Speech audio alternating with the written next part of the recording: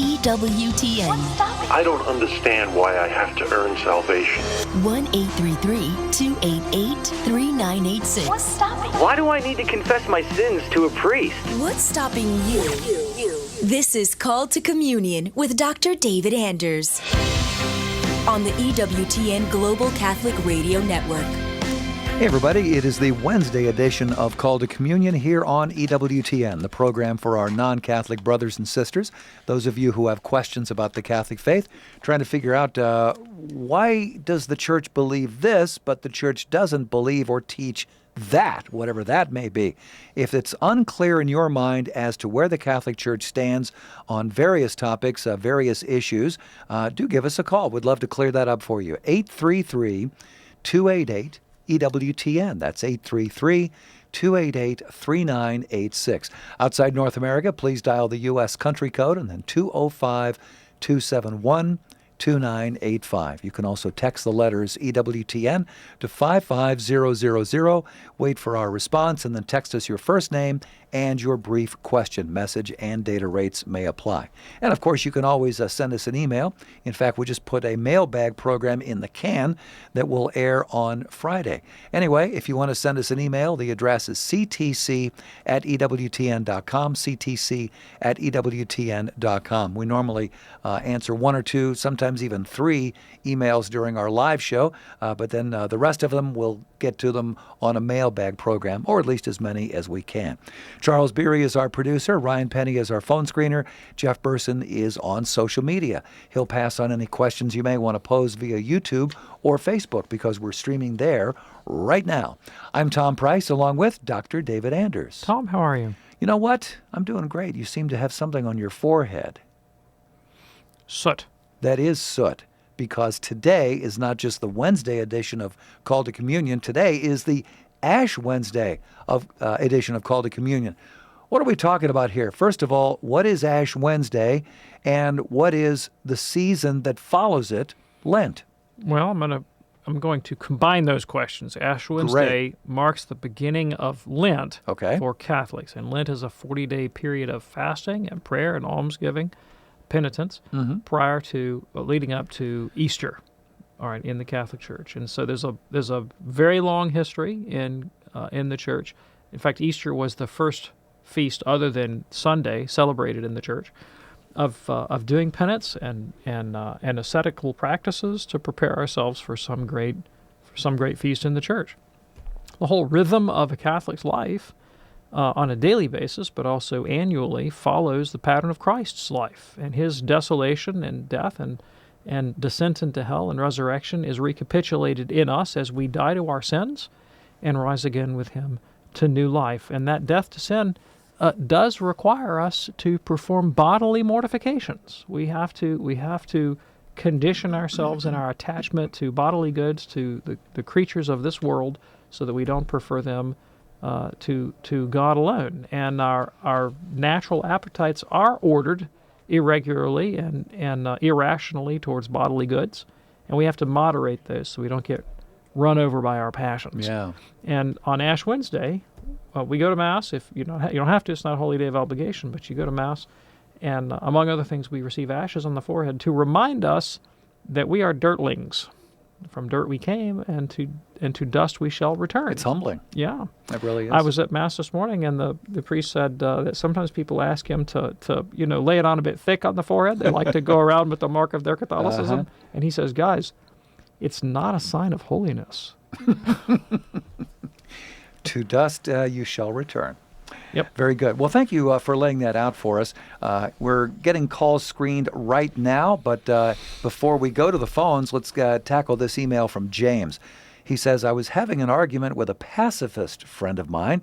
I posed that Jesus' cleansing of the temple was a violent act. As one gospel states, he festooned a whip of leather. My friend insisted Jesus was not injurious in his actions, hence not violent.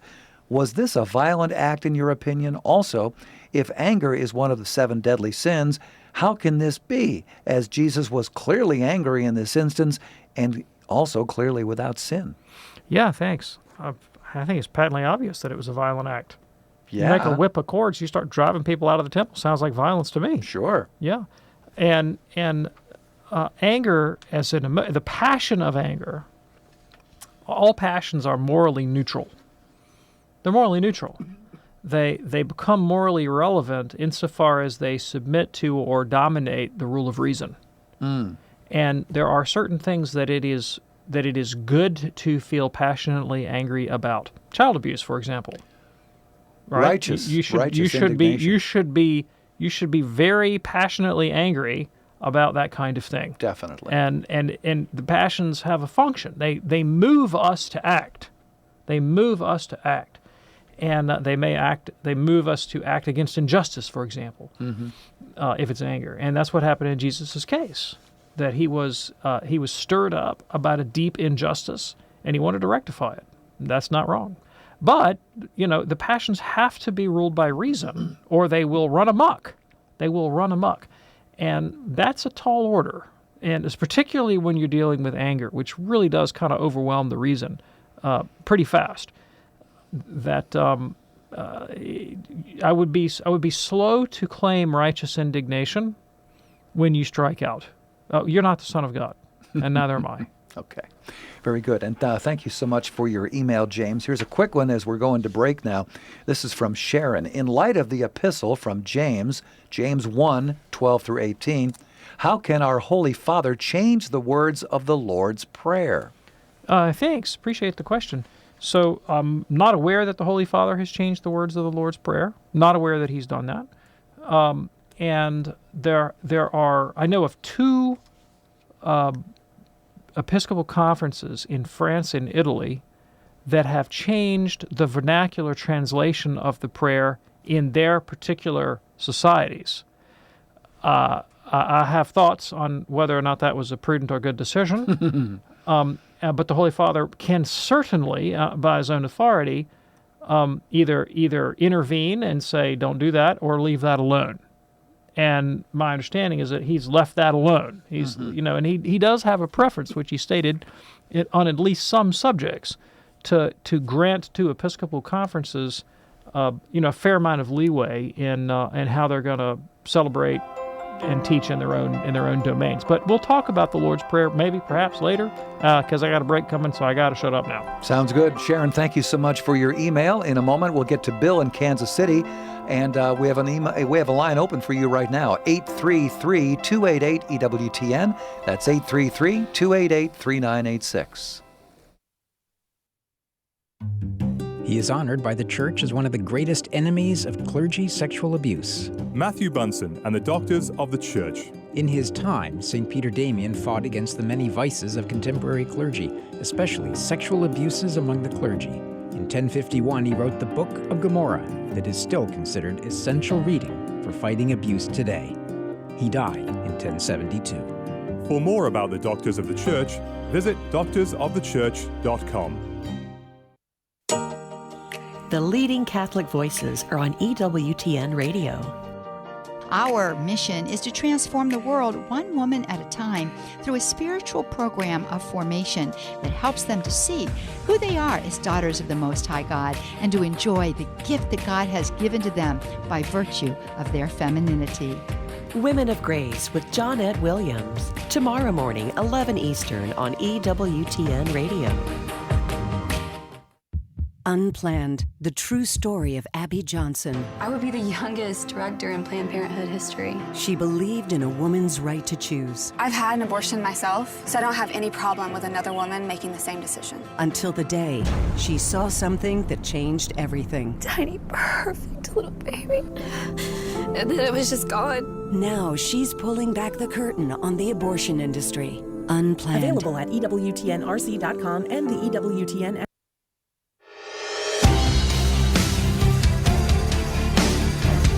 I don't know if you've had a chance to hear our fabulous new weekend show, Conversations with Consequences, hosted by Dr. Gracie Christie and also Andrea Paciotti. It is fantastic. So this weekend, the team welcomes John Birch.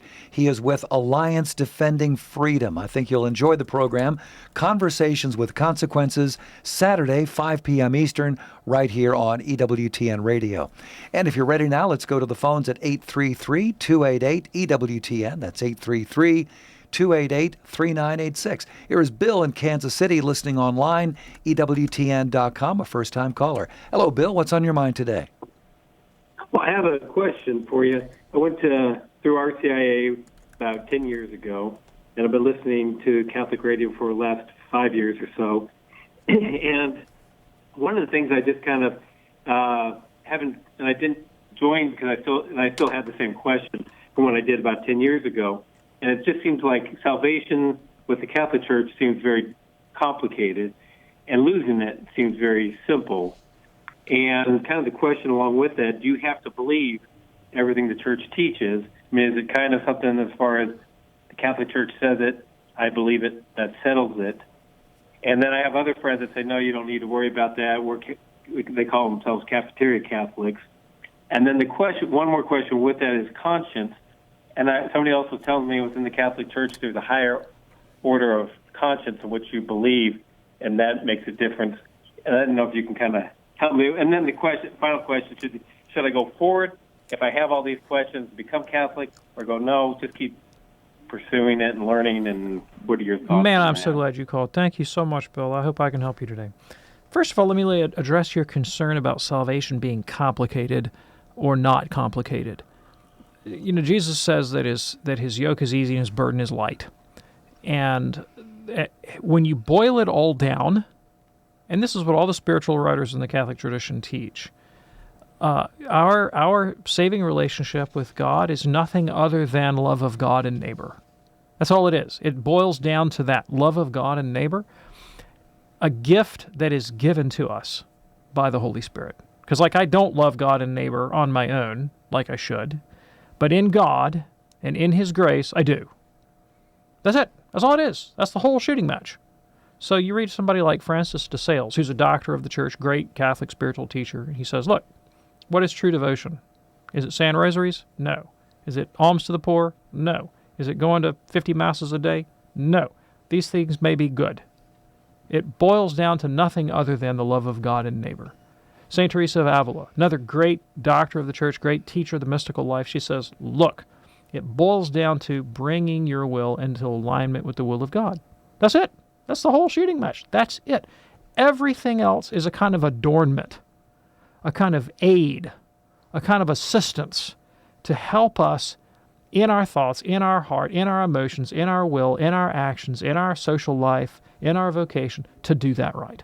Everything else is a kind of tool, right? And so, to take one example, I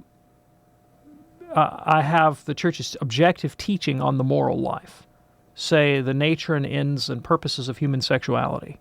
And you can get pretty fine-grained in, if you want to start studying that, what you should do, what you shouldn't do, how you should conduct yourself in your sexual life. But all of that is simply ordered, ultimately pointing towards what does it actually mean for me to properly love my spouse or to love my neighbor, And so but the ultimate fulfillment of the thing is just love God, love neighbor. It's that simple. I don't do it. I need help. I need to repent and believe. God will give me the grace to do it. It boils down to that. And the rest of your life, you spend kind of learning those adornments and trying to take advantage of all the resources that the Church has for you to do that better and better and better. And it's a growing process. So it doesn't have to be complicated. Now, do you have to believe everything that the Church teaches? Yes and no. Yes and no. You have to believe everything that the Church declares to be revealed by God. And that's a more specific claim. You have to believe everything that the Church declares to be revealed by God. And there are some very specific things that the Church has said God has revealed. And we call them the dogmas of the faith. So things like the incarnation of Christ. God really did become a man in Jesus of Nazareth. Christ's foundation of the Church. He really did found the Church. The dogma of the Trinity. God really is Father, Son, and Holy Spirit. These kinds of things. These are the dogmas of the Church that the Church has declared that God has revealed to us. There are some other things that are logically entailed by those dogmas that you couldn't really make a coherent act of faith in the dogma if you didn't also hold them, right? You have to believe that stuff.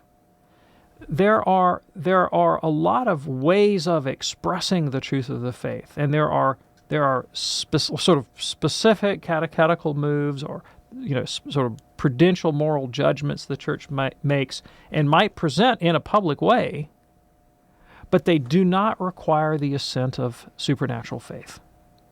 Now, if you really want to get a kind of very fine-grained treatment of, okay, where do I have to believe with the assent of faith, really have to believe that God has said this, and then where do I just kind of sort of nod the head at the church's authority without necessarily making that act of divine and supernatural faith? Cardinal Ratzinger, before he was Pope Benedict, when he was still the head of the Congregation of the Doctrine of the Faith, wrote a document on just that question. What does it mean to profess faith in the Catholic Church or to profess faith in the Creed? And it is called the Commentary on the Professio Fidei, Commentary on the Profession of Faith. And he goes through very, very specifically and lays out, here's what you're saying you believe if you say I believe the Catholic faith, and here's what you're not saying. All right. What role does conscience have to play in this? Well, I think that conscience plays a role, but not the role that your friends have suggested. Sounds to me like what your friends have said is, if conscience tells you that shooting babies is fine, shoot babies, no big deal. Conscience says it's okay, you got to follow conscience. That's an absurd position. That's absurd, right? Conscience can lead a man to do the most atrocious things. Conscience can get it wrong. I can have a badly formed conscience. Hitler had a really badly formed conscience. He may have been acting in accord with his conscience, but it's really badly formed. And he did it was a horror show, right? You can't just blindly follow conscience and give yourself a pass. And yet we do have to follow conscience. So what's the solution? That's what the church says. We have a moral obligation to attempt to rightly form our consciences. So whatever I feel like doing subjectively, that's not the same thing as conscience. Conscience is a reasoned judgment. It's a judgment of reason about the proper thing to do in a specific circumstance. And it needs to be informed by everything that God has revealed on the subject, either in natural law or through the revelation of the church. And if I have made a good faith effort to inform my conscience, and I'm not just looking for a pass to kind of do what I want to do, mm-hmm.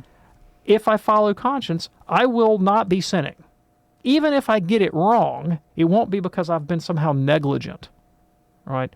And that's what we call invincible ignorance. If I've done what I can do to learn the right thing, I'm not just trying to get a pass and live the easy libertine life, and I get it wrong anyway, but I'm acting in good faith and goodwill, then I'm covered. Okay. All right? But if I haven't tried to inform my conscience, I haven't taken into account what God's revealed, and I'm really just trying to live my own passionate life and then passing it off on conscience as an excuse, no, that doesn't count, and that's not going to hold any water on Judgment Day. Interesting that Bill said that some of his friends referred to themselves as cafeteria Catholics. Is that not a dangerous sofa to sit on? It's very dangerous because, what if I say, well, I like 3 of the 7 commandments. 3 of the 7. I'll do those. I'll just toss those other 7.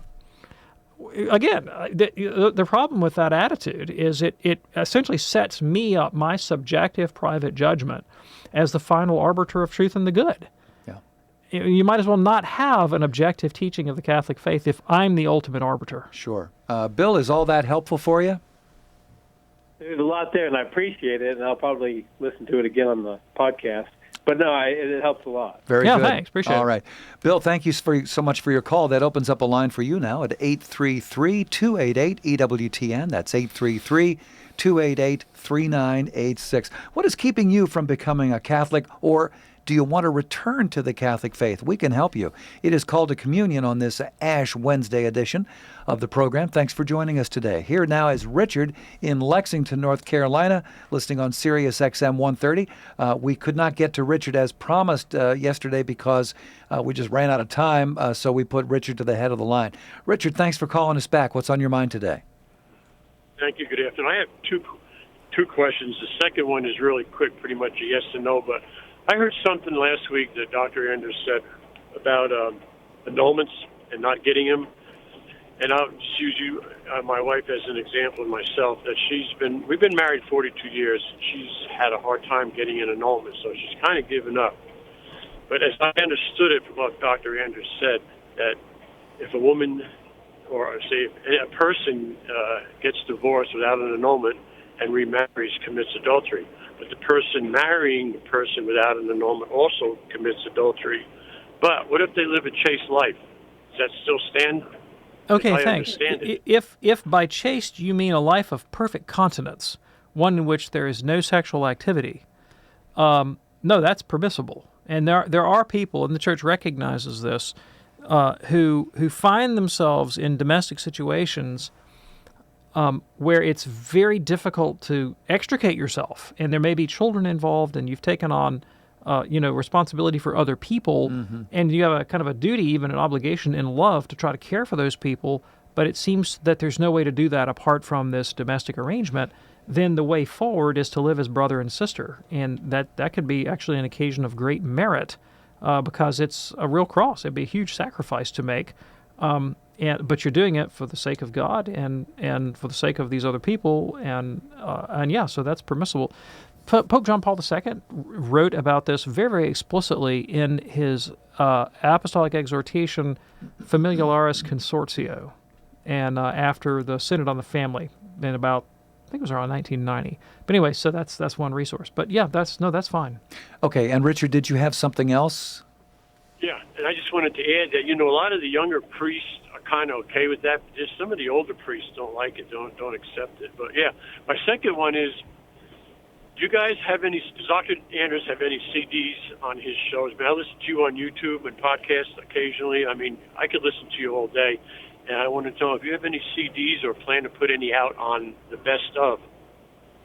Well, what do you think, David? That would be kind of a question for EWTN religious catalog, I guess, not for me. So no, I I don't have any plans on best ofs. There are CDs available of episodes I've done with Journey Home. Sure. And of course we got the audio book of How the Catholic Church Saved My Marriage. Yeah. And we have the whole archive of all the podcasts. Yeah, and that's something to keep in mind here, Richard. The way we have things set up with any of our podcasts, and you may want to go to the best of that we air on the weekends. You can cut a CD. It won't cost you a penny. Just do that. Richard, thanks so much for your call. It is Called to Communion here on EWTN. A couple lines open at the moment, 833-288-EWTN. That's 833-288-3986. And for those of you who are watching us on YouTube or Facebook today, yes, I'm going to Mass today, and I'm going to get my ashes just because David is here with and I'm here without. Trust me, I'll be there in the front row probably. Let's go to John in Kansas City, listening on Catholic Radio Network, a first-time caller. Hey there, John, what's on your mind today? Yes, sir, I have an easy question here. If you proclaim yourself to be an atheist, at any time in your life, if you should change your mind, will God forgive you? Of course, absolutely. And I wouldn't even necessarily presume that assuming an intellectual stance of atheism is necessarily and always sinful. It could be. It could be sinful, particularly, you take the 16-year-old kid who's tired of going to Mass and doesn't like the rules that his parents lay down, and he wants to run around with his friends, and so he kind of in a rebellious and snotty kind of way says, well, I'm an atheist, And it's really an attempt to evade divine authority in his life. Now, obviously, that'd be very reprehensible. But let's say someone comes up and they don't really understand what the Catholic Church means by God, and they think that Catholics believe in a kind of boogeyman, giant banana god who just arbitrarily commands things, for his own kind of Korean dictator from North Korea type God, which is the way Christopher Hitchens characterized the Christian God. And they say, well, I can't possibly believe in that. I guess I'm an atheist. Well, actually, by that definition, all Catholics are atheists because we don't believe in that God either. Right. And so there could be the mere statement, I am an atheist, needs to be unpacked before we can really determine if there's some level of moral culpability there.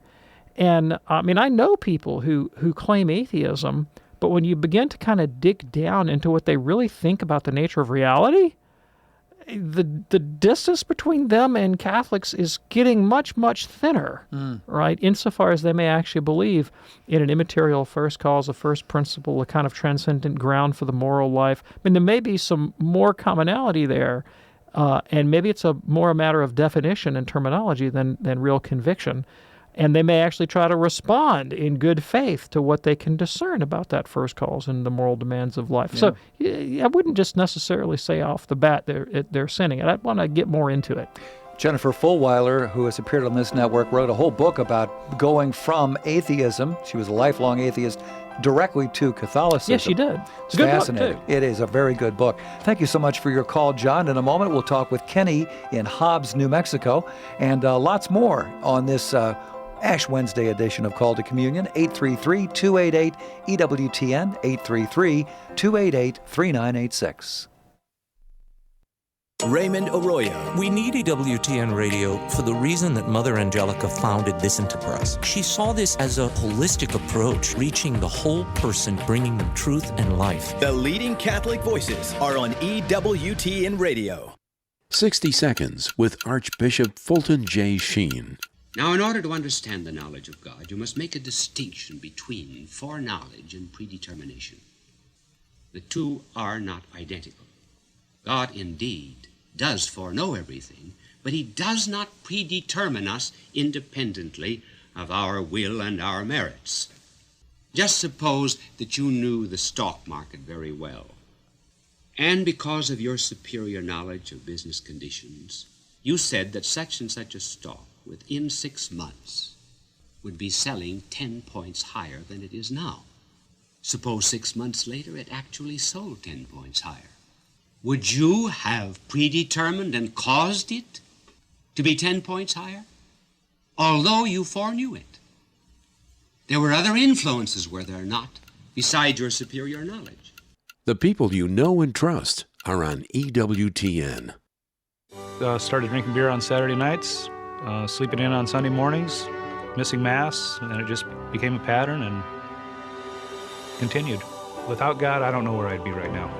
I feel like I'm whole again. I know the importance of the Eucharist. I know the importance of the sacraments that I didn't know at a young age. I follow God's will because my desire is to get to heaven.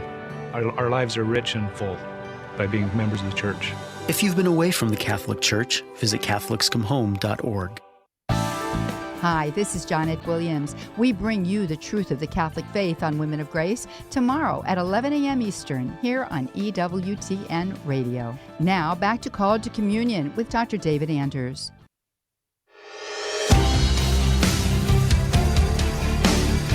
Call to Communion here on EWTN. 2 lines open at the moment, 833-288-EWTN. That's 833-288-3986. As promised, Kenny in Hobbs, New Mexico, listening on Sirius XM Channel 130.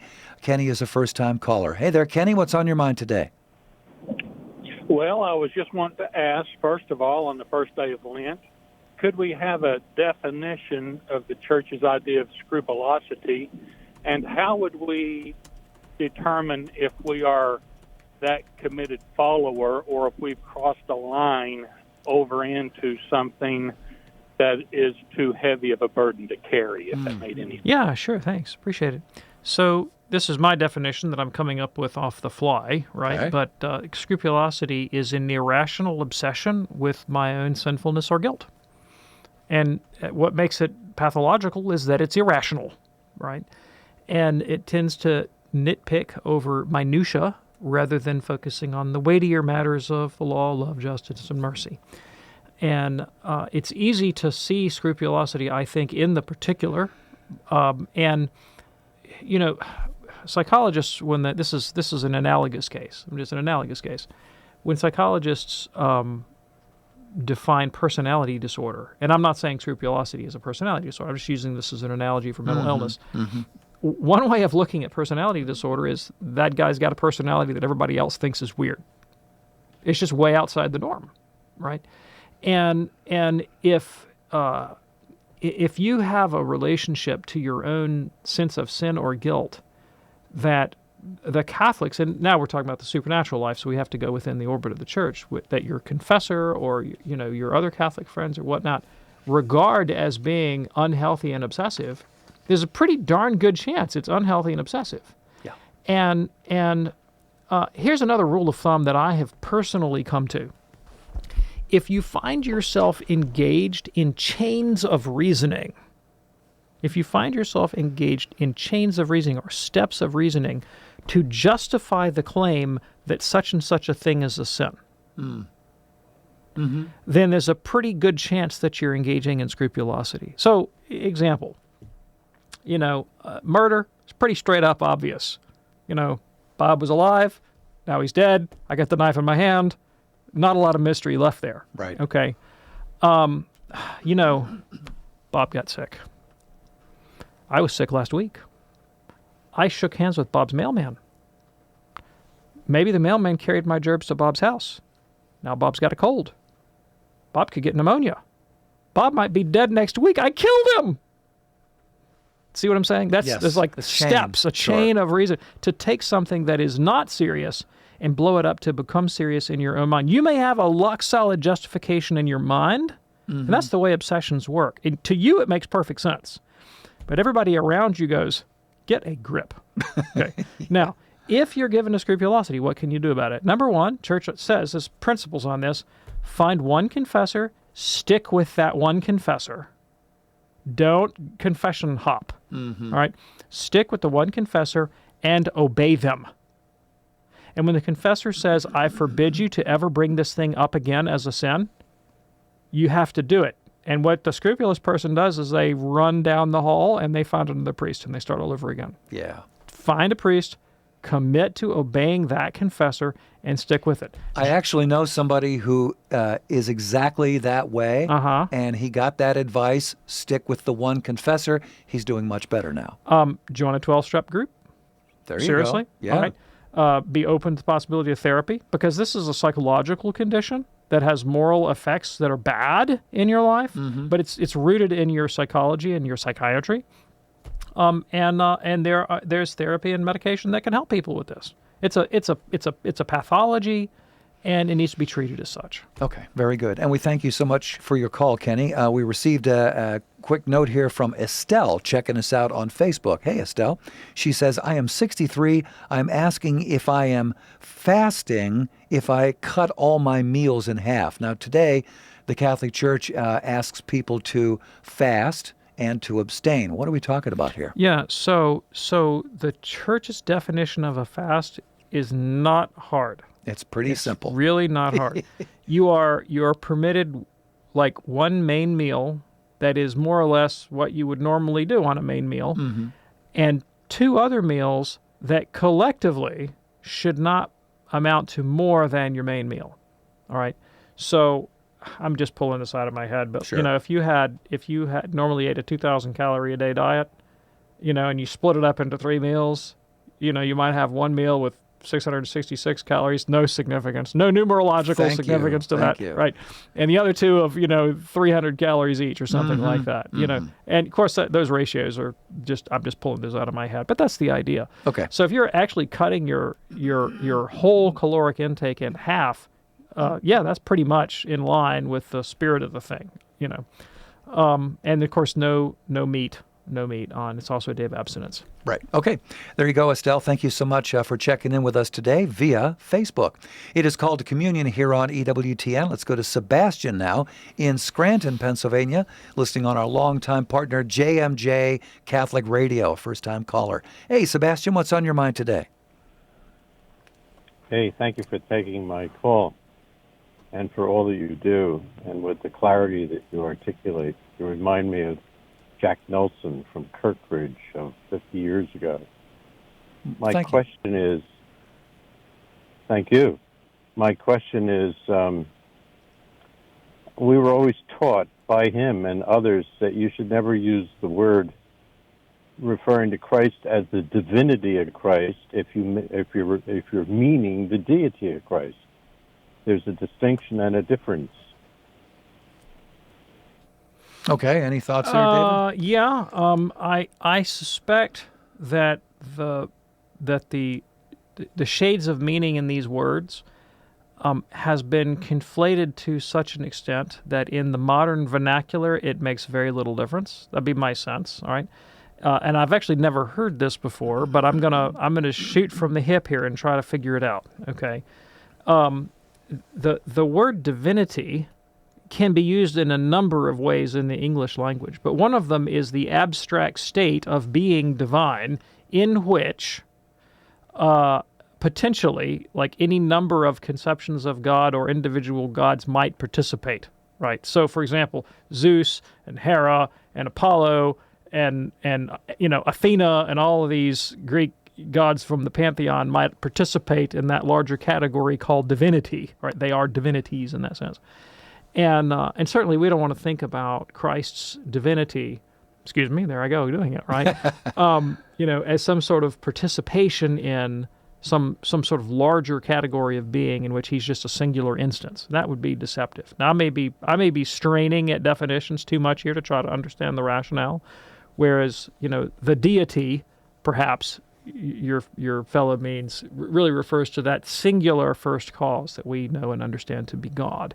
And so when we actually predicate divine nature of Christ, what we're saying is that God, full stop, capital G, first cause, first principle of all reality, who exists eternally in Father, Son, Holy Spirit, second person of that triune Godhead, assumed human nature and was born God and man in the person of Jesus Christ. And that's the important confession to make. But now you've kind of piqued my interest. I'm going to have to go do a little linguistic research and dig into that distinction a bit more. Very good. Appreciate your call, Sebastian. Call to communion here on EWTN. Here is Sue in St. Charles, Missouri, listening on AM 1460 Covenant Radio. Hey, Sue, what's on your mind today?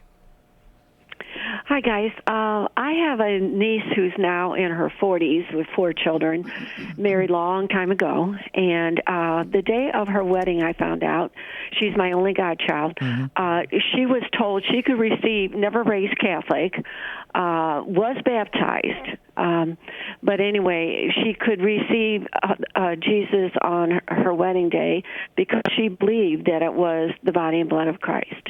And I would plus she's never been confirmed, and I don't even know if she's had her first communion. It's a family touchy thing.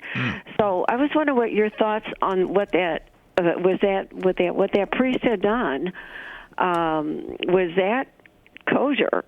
Yeah, thanks. So believing that the Eucharist is the body and blood of Christ is not sufficient for safe consumption of Holy Communion. Every Catholic believes that the Eucharist is the body and blood of Christ, but not every Catholic should receive Holy Communion. Like if I go to Mass, I believe that's Jesus. But what if I know that I'm in the state of mortal sin? I can't safely go to communion just because I know it's the body and blood of Christ. Satan believes it's the body and blood of Christ. He's not going to go to communion, right? I mean, that's not sufficient. That's not sufficient. Somebody who believes that this is the body and blood of Christ, and yet I don't want to be Catholic, puts themselves in a disposition where it's not safe to go to communion. So this was a pastoral abuse, and this godchild was badly treated. And put at spiritual risk, because what's the risk? The risk is that her conscience here is going to be hardened against the necessity of coming into a full participation in the life of the Catholic Church. She's going to think, well, it doesn't make any difference if I'm Catholic or not. I can go to communion or not. I can go here. I can go there. It's all the same to me. It's all the same to God. Doesn't really matter. That's not true. And that's not doing, it's not a kindness to her. It's really kind of an abuse of, it's not good pastoral practice. What would be good pastoral practice is, okay, you believe this is the body and blood of Christ, so what's stopping you from coming into full communion with the church that he founded? Let's see how we can help you overcome these barriers so that you can safely, licitly, and lawfully commune as a member of Christ's body, which is the church, and be entitled to all the rights and privileges and obligations thereof. Sue, thank you so much for your call and for your concern for your goddaughter. It is Called to Communion here on EWTN. Let me say a few words here about the other EWTN radio, and that is EWTN Radio Classics. If you've never checked it out, I would recommend it. It is our 24/7 teaching and devotionals channel from the EWTN archives, which, as you might imagine, are huge, voluminous, bulbous, pick the word of your choice. We've got an enormous archive of over 30 years of great programming, featuring Mother Angelica, Archbishop Fulton Sheen, Father Benedict Groeschel, so many more, Dr. Scott Hahn. I mean, the list just goes on and on and on. Not to mention our fabulous devotionals that we air every day, an encore of the daily Mass. We bring you the Rosary 4 times a day, including a special Rosary just for kids. So do check it out, EWTN Radio Classics. You can find it online by going to EWTNradio.net. It's also on the EWTN app for your mobile device, and you can check it out on the smart speaker of your choice. There you go, EWTN Radio Classics. Call to Communion in progress here, and let's go to Jane now in Sarasota, Florida, listening on Sirius XM 130. Hello, Jane. What's on your mind today? Hi. Thanks for taking my call. Sure. I'd like Dr. Anders to explain how evil fits in with our all-loving, all-good Creator God. Yeah, thanks. I appreciate the question. So, evil is not a substance. Gold is a substance, silver is a substance, human beings are a substance, dogs are a substance. Evil is not like that. It's not a thing. It's not an item that I can pick out in a world of objects and go, well, that's an evil thing, and then it sort of pervades my body or something. It doesn't work that way. Evil is a privation. That's a fancy way of saying that it's a nothing. Evil is what you get when you take something good away that ought to have been there. So there's physical evil, like God gave me 2 arms and 2 legs. It would be not a moral evil, it would be kind of a physical evil if you took away one of my arms. There's nothing there. It's not a thing, it's a lack of a thing. Right. But I experience it as a wound, as something that ought to be there and isn't, and that's this kind of suffering. Moral evil works the same way, that there is a rectitude of will that should be in my human acts, but is lacking. So it's not a positive thing. It's not a substance inserted into me. It's the lack of something. It's the lack of a rectitude of will that would otherwise make an act well ordered. Mm. And so the reason I tell you this is because when we say that God doesn't create evil, God creates substances. God creates things. God creates objects. God creates immaterial forms like the angels. And all of these things that God has made are good. Everything that God has made is good. Every single thing without exception. But among the good things that God has made, He has also made rational creatures. Because they are rational, because they have intellect and will and image God, they are like Him in that, they can deliberate between those good things that God has made. Here are 2 good things God made. God made my wife. God made the ingredients that go into the pizza that I no longer eat. All right? And I go, wife is good, pizza is good. Wife is good, pizza is good. I can deliberate between them. Which one ought I to choose? Wife every time. You bet. Right, wife every time. If I were to choose pizza over wife, God forbid, that would be choosing a greatly inferior good over a much greater good. That would evidence a lack of rectitude of will, and that's what we call evil. It flows from my capacity as a reasonable being, as a rational being, that I can deliberate. So why does God make a world with free creatures that can deliberate? So that we can freely love Him. Because love freely given is more valuable than love compelled. In fact, there's no such thing. There's no such thing as compelling love, right? If you have to compel it against my will, that's not really love. That's right. And God wishes us to respond to Him in freedom and love. So He makes creatures that have the capacity to deliberate, and that introduces the possibility of moral evil. All right, very good. And we thank you so much for your call. Jane, here is B now, who is checking us out today on YouTube. B says, my husband and I were baptized Catholic. We were then raised evangelical. We married in a non-denominational church. Now I am returning to my Catholic faith.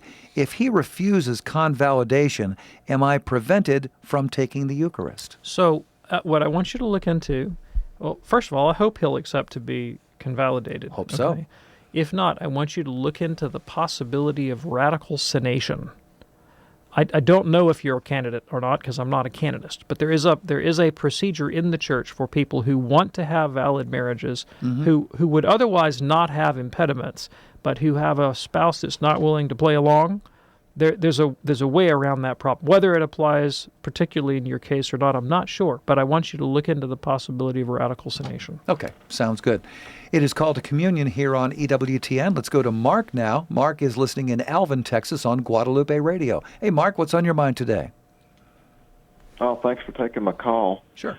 Every year on Ash Wednesday, when I receive my ashes, I listen to the gospel, and it sounds so contradictory to what I'm doing. And I just, does anybody else feel that way? I understand what you're saying. Because the Lord says, rend your heart and not your garments, right? That repentance is a matter of the interior life and not a matter of these externals. So that tension runs all the way through the Bible. God, in the Old Testament, commands sacrifice. He commands animal sacrifice and tells the Israelites, I hate y'all sacrifices. They stink. I don't want them. By the way, you have to do them. How do we reconcile these things? All right, so I think a great way to find the reconciliation is also comes in today's readings, by the way, but we find it in Psalm 51, King David. And David says, sacrifice and offerings you do not require. You don't desire, O Lord. They don't please you. But a contrite heart you will not despise. Therefore, wash me, cleanse me, give me a new heart, then I'll offer sacrifices. So it's not that God absolutely forbids any sort of religious ritual or rites. It's that he doesn't want us to rely on those things as if by magic they established us in righteousness. They are for us reminders, but they are useless if they do not elicit from us that conversion of heart, which is the real end, the real aim of our religious observances. Why then have religious observances? Why bother with the externals at all if it's just the heart that matters? Well, it's because we're material creatures, and we live by habit and by material action. And when we shape our material lives around habits that are ordered to the interior life, then they can be aids for us. But hey, they can also be distractions. Yeah. And if someone rests in the bare ritualism without entering into the spirit of the thing, then they're not going to receive the graces that are available to them. All right. Mark, thank you so much for your call. Let's go from Mark to Mike. Mike is in Dubuque, Iowa, listening on KCRD. Hey, Mike, what's on your mind today? Well, thank you for taking my call. Okay, my wife and I both were married before. She had a child out of wedlock, but she was a Catholic and I was a Catholic. I was married 19 years and got divorced, and we were remarried. She had gotten an annulment, but I couldn't get one because of the 19 years, and we had a son. I'm trying to find out. I've heard so many different variations. Can I receive the Holy Communion? Thank you. Only if you live in a way that the Church recognizes as chaste and moral. That's appropriate, that chastity appropriate for your state of life. And if the Church says that you're not in a valid marriage, then you must live continent without sexual activity. In which case you could receive Holy Communion. But you really need to stay very, very close to your spiritual director in this. And I'm a little bit troubled by the 19 years business. And if that's the only grounds for denying the annulment, look, I'm not a canonist, and you canonists don't take my head off. But I feel like there's a little bit more digging we could do on that, and there may even be I'll stop there. Okay. Very good. Mike, hope that works out for you. Thank you so much for your call. Here's Rose now in St. Clair Shores, Michigan, listening also on Sirius XM 130. Hey, Rose, what's on your mind today? Hi, yes, thank you. I am lifelong Catholic, active Catholic, married 22 years, and I am struggling with forgiveness.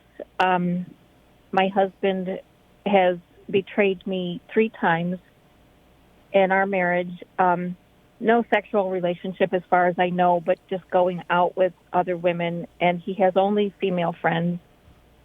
And I carried baggage into our marriage because my dad cheated on my mother, and so I always had a very strong stance on that. And even though this most recent one was 2 years ago now, and we are still we have 2 children still in the house. We're still married, but I'm having a hard time forgiving and moving past it. I'm stuck in that pain, and I have no trouble being nice to him. It's the other aspects of marriage that I struggle with, because if you don't want me above all other women, then how can I be intimate with you?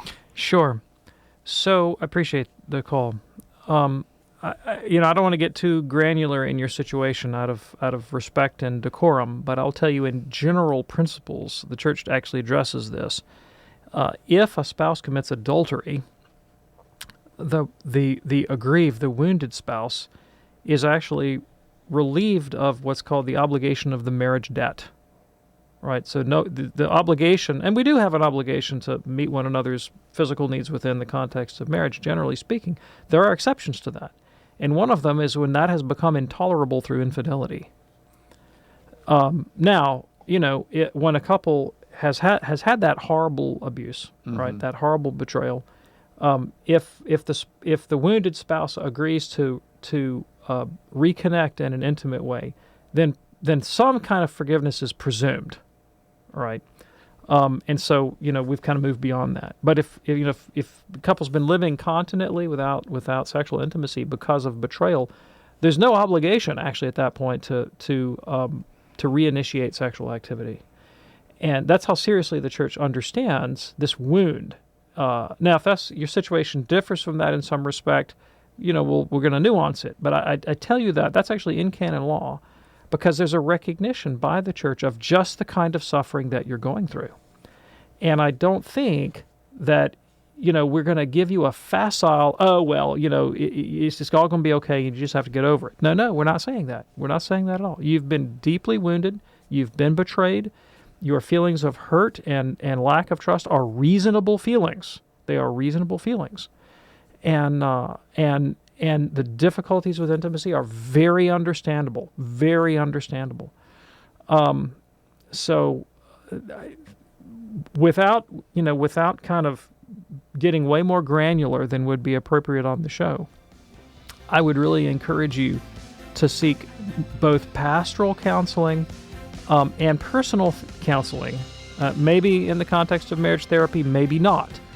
Reach out to some Catholic therapists and counselors as well, to find a path forward. And I'm not going to tell you what that ought to be. Right? I'm not going to tell you have to go this way or that way. I think that you need to discern with good pastoral guidance.